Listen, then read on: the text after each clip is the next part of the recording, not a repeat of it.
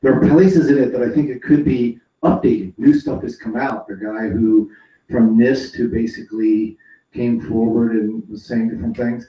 I imagine with a documentary like that, people save all the footage and it could be updated. I just wondered if that's something that people thought about doing, is updating that particular documentary, or whether it's been done or something. I'm sorry, I need to ask you to repeat the question and slow down for me, if you don't mind. Is it not good audio? Okay. It's just a question of whether it's a great documentary, and I'm wondering if the idea that something could be updated, like a newer version of this, because a lot of different stuff has come out.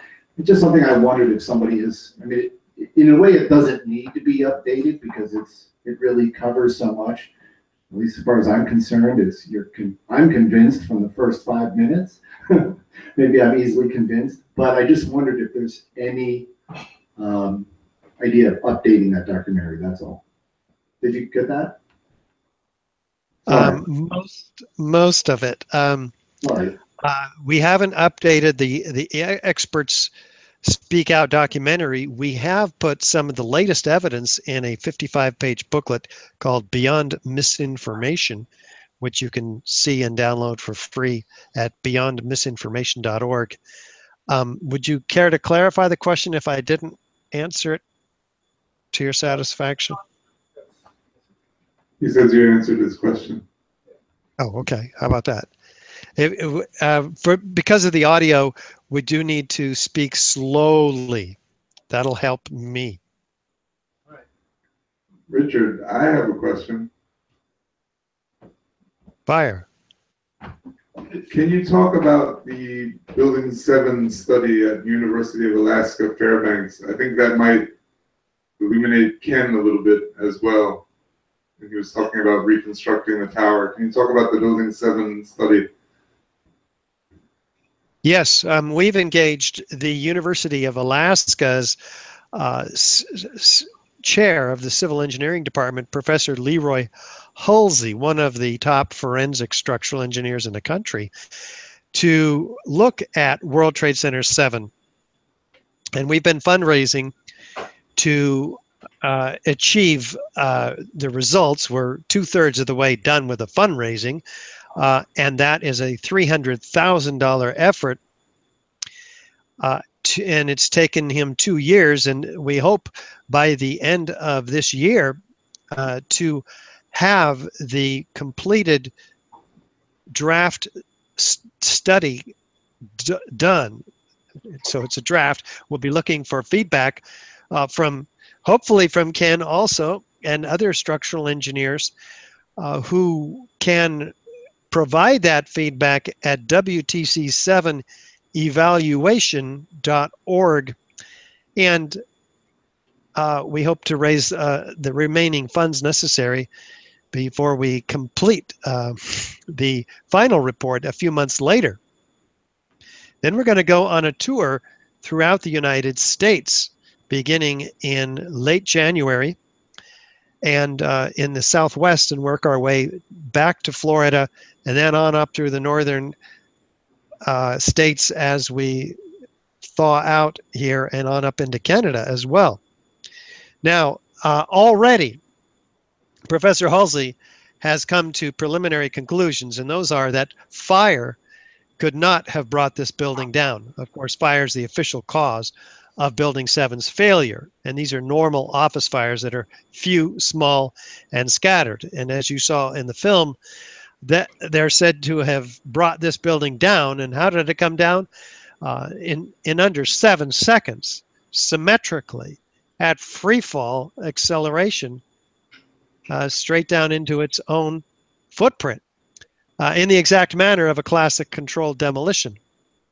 So he's very clear that that could not have happened. In fact, he will be modeling the building in an effort to create what could have brought it down. In other words, he'll have to remove all the columns on at least 8 floors, the center columns followed by the perimeter columns, and he'll be much more successful than the computer model that NIST prepared, that they had 7 years to prepare for, and that they, as you saw, failed miserably. Their effort to provide a satisfactory analysis. Where are we in the peer review process so far? What about the peer-reviewed process? Just where are we in that process? Well, they're taking feedback. The team that's working on it includes Tony Zambotti, Ted Walter from our staff. They are accepting comments through feedback forms on the website, WTC7evaluation.org. They've gotten a number of feedback questions as well as comments, and those are fed to Dr. Halsey, and he's incorporating them into the draft report. Most substantially, he'll be incorporating the feedback that comes out as a result of his draft report, which we'll be creating videos and papers all about. And then that feedback will then be put into the final report. It'll form the final report. I'm a bit shy. Could you ask a question for me? Sure. Yeah. Someone has asked me to ask a question for them. I'm just wondering, so if we move beyond this evidence, this explosive evidence, I'm just wondering what his opinion is on whether this is like a foreign actor, a domestic actor, and what some of his thoughts are on who is responsible. Kind of open-ended question on the next step, really. I can tell you Richard usually doesn't speculate about that kind of thing, but I'll ask you a Okay, question. yeah. Well, Yeah, I heard the question. Actually, I hear the questioner more clearly than I do the microphone, Mike, interestingly enough. Put your face like so close to the mic. Yeah, you guys are coming in really clear from the audience. Now, who's responsible for 9/11? This is a great question. We certainly have focused on the evidence as technical and building professionals. We're not criminal investigators. That is a whole nother field that has been sorely lacking. There have been some 9/11 researchers who have looked very carefully into these matters. In fact, Kevin Ryan wrote a book called Another 19 Suspects, and he has pointed at suspects involved, actually some of which were involved in defense industry, financial industry. Some were occupants of the Twin Towers, and I encourage everybody to read that. Another angle on this effort has been by Christopher Boleyn, who has looked at foreign agents, and his book called Solving 9/11. Solving 9/11 is very interesting. So I encourage people to take a broad look across those, as well as an excellent film by James Corbett called Follow the Trillion, 9/11, Follow the Trillions. And it's exceptional. It's free on YouTube. I have a question. Sure. I'll just ask it for dinner. My question is, it's like I grew up in the era of Woodward and Bernstein, and they smoked out Richard Nixon and all. So I always thought, and the argument that people make, well, if this were all true, the media would be all over. And obviously they're not all over it. And here you have a documentary that really would make it clear for anybody, I think, with half a brain. What do you know about, or do you know anything about the media and their relationship to this information? And obviously I'm talking about the mainstream media at this time, because that's sort of, to me, it's like, I don't know, just interested in your perspective on that. Yes, well, what we know about the mainstream media is that there are only 6 corporations who own 90% of it and control the messaging that we get on our television, and radio and newspaper. What we know about those 6 corporations is that they're controlled by people who sit on their boards that also sit on the boards of corporations in the oil industry, the banking industry, the arms industry. So these industries move as a flock, and they benefit enormously when we are at war, which 9/11 was a pretext for. Of course, we invaded 2 countries, as you saw in the opening scene to this movie. So we can't get into the mainstream media. There's been a few exceptions. As a matter of fact, Fox News, Geraldo Rivera had us on, Tony Zambodi, one of our engineers, and Bob McIlvain, one of our family members, and actually showed Building 7 coming down in 2014, I think it was. That was a notable exception. Also, we were on C-SPAN, interviewed for 45 minutes. And just last week, that interview became, on all of C-SPAN, the most watched video in their entire history. Wow. And that is and so I haven't gotten any calls that said, hey, we'd like to follow up, you know. So I guess they got the word. They didn't take it down. So we just learned that last week. We knew already that we were the most watched video on the Washington Journal, which was the TV show that they interviewed us on. So I guess we get some breaks here and there, but it looks like we're going to need a lot more. This is an uphill climb, and I hope everybody's gearing down into low gear and getting the brochures, the DVDs, passing them out, wearing the hats and the T-shirts, and doing the job that we have to do as citizens, because otherwise, you know, this is a grassroots movement, if you haven't figured that out already. And it's growing, but it's not growing fast enough yet. So get involved. We had another question from Sandra Hicks. Hi, Richard. You know, I'm a big fan of yours, and I ask this in the spirit of wanting to, you know, take more political action and develop more action. You know, the evidence that we presented the evidence that you presented in this documentary is great. And, you know, I've also done some journalism around these issues.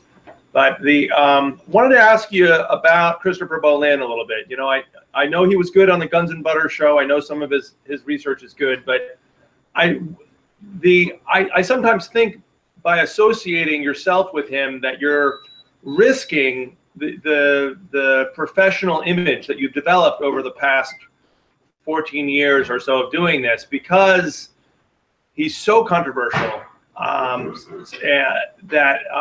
You know, as you know, in the Left Forum this year, we have a precedent of working with the Left Forum, and then you know, there was like a lot of controversy this year, and not all of it justified, but some of it was justified, because I'm not totally on board with Christopher Boleyn completely. So I wanted to ask you, I know you care a lot about the brand and the professional image of AE911Truth, and I care about it a lot too. So has there been controversy or fallout from your choice to speak alongside him at the Nation of Islam? No, I haven't had any or experienced any or become aware of any fallout from that choice. We have our desire is to get the word out wherever we can. We were invited to speak as one of 3 panelists. Kevin Barrett was the other one, actually 4 panelists. And So I was delighted to open it up with the actual evidence. What the Nation of Islam was interested in is who's responsible. I don't make those decisions. I don't guide them. I had nothing to say about that. And as you know, I keep my mouth real tight around speculating about who may have been responsible or researching beyond the area of my technical focus, our technical focus here at AE911Truth. So nor am I going to, sit here and judge others who have decided to step out on a limb, like Kevin Ryan and Christopher Boleyn, and name names and groups. So it's best if I just speak where I'm invited, and let others speak where I'm invited as well. Does that help, Sander? Yeah, thank you. I realize that this is a very controversial issue. I'm not naive. Yeah, I know. To the controversy. That's what the documentary is. It deals with the psychological gravitas of the issue of you're asking people to basically recognize that there's something extremely rotten in their home, and so I just like I think there's got to be a way to frame it. The framing of it is so important. If we can frame it as a positive, as a patriotic peace initiative, that it's a bigger politics. What we're asking people to recognize the fact that maybe war is obsolete. If they have to stimulate us into these wars with such a cinematic pyroclastic hoax, then therefore what's the bigger lesson? The bigger lesson is not just blame Israel or just blame the CIA or just blame the Bush family. It's like maybe it's a bigger issue that peace is actually the future of the USA. Excellent. Thank you, Sander. Any last questions? All right. Going once, going twice. Have we heard from everyone? Richard, thanks so much for your time and your work. Yeah, thank you. Thank you, Richard Gage.